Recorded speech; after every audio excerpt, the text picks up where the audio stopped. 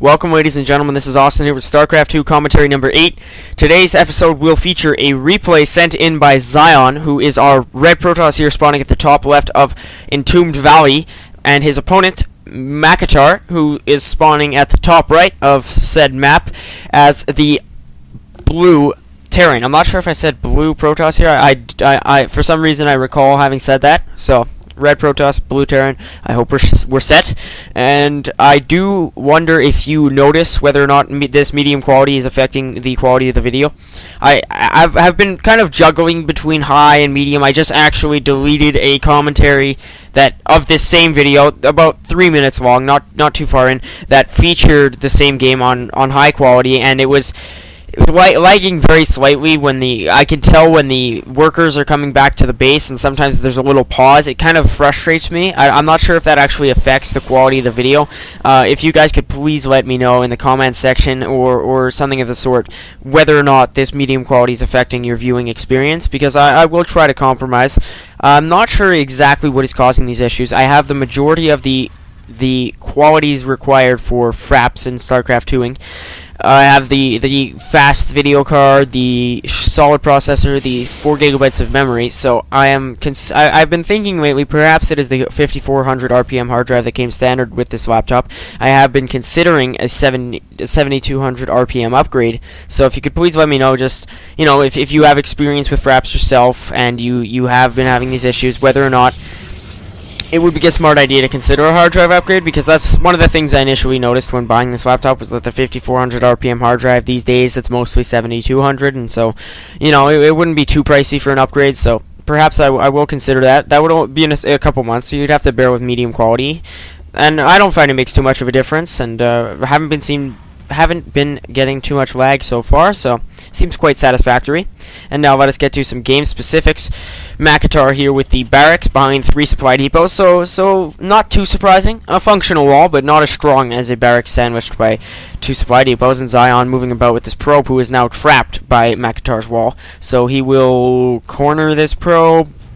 He is leaving this probe now in the corner of his opponent's base. Meanwhile, Zion has a double gateway walling off his base with 2 pylons, so I'm not sure why he'd go for such a strategy. Normally, Protoss players would do so against the Zerg, as they are attempting to hold off against early Zerg pressure, or perhaps a forge fast expand, which is a pretty traditional strategy. After your quick natural, you forge and then several photon cannons to hold off.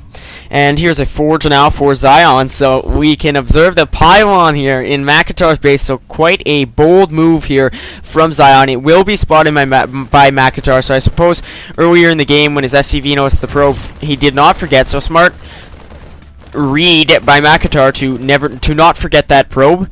And now this forge will just finish for Zion, so quite a misspent investment, as Zion now has to deal with this forge just sitting here idling. He does have double the population of mackatar, so he's still in relatively good standing, but getting his gas very late, expecting to win on. He expected to win on this photon cannon cheese, yet now he is forced to adapt. So let us see how Zion plays this out. He has the cybernetics core now in production and 2 simulators, and I feel overall actually so far that the game as a whole has just gone a little smoother on medium quality.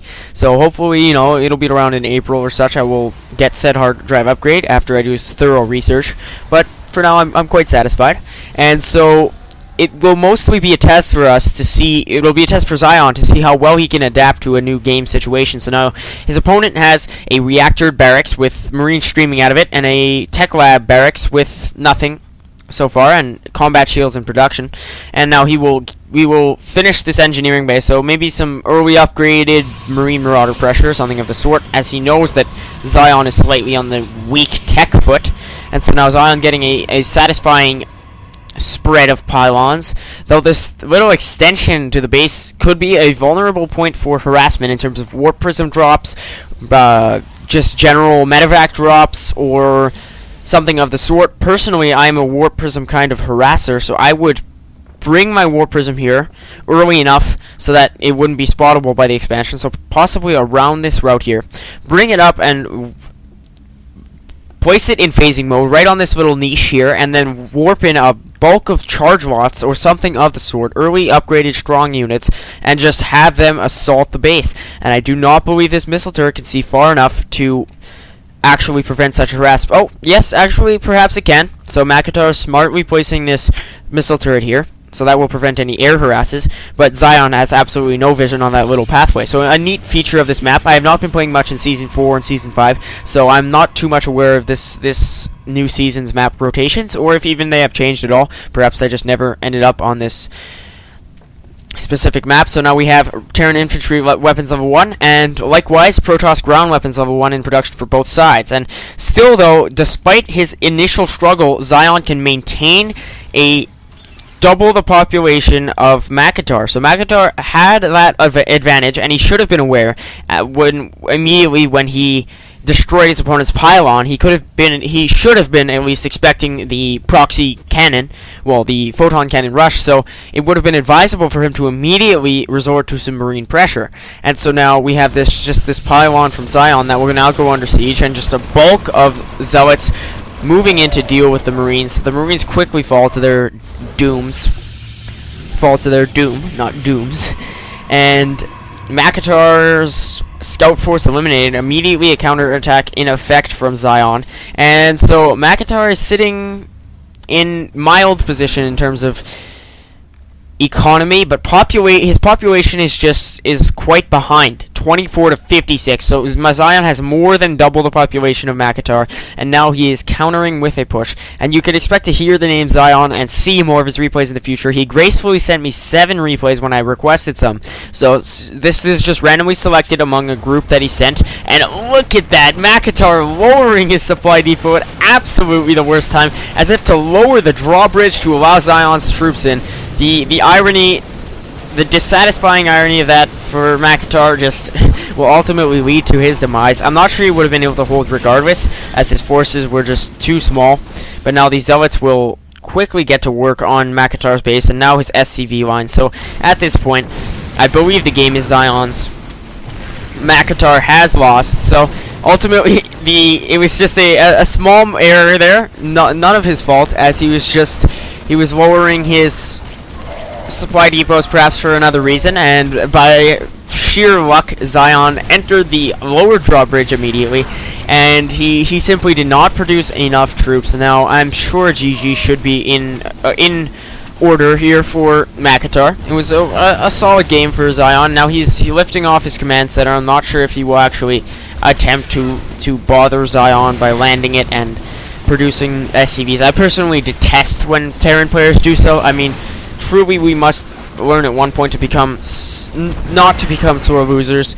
If you've lost the game, please do accept that your opponent's victory and congratulate them on it with the GG.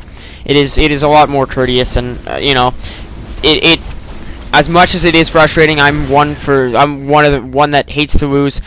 I much prefer when I win that somebody is courteous than if they're very rude and trying to postpone what is to be an imminent death. So now these several structures falling to the blades of Zion zealots and the beams of his sentry. So now this command center was under assault from Zion stalkers before mackatar left the game. So ultimately the lesson of this matchup is to GG, and just simply to watch your population levels always be producing SCVs, but more importantly, early in the game, if you see the double gateway and your opponent attempts a photon cannon rush, you must immediately.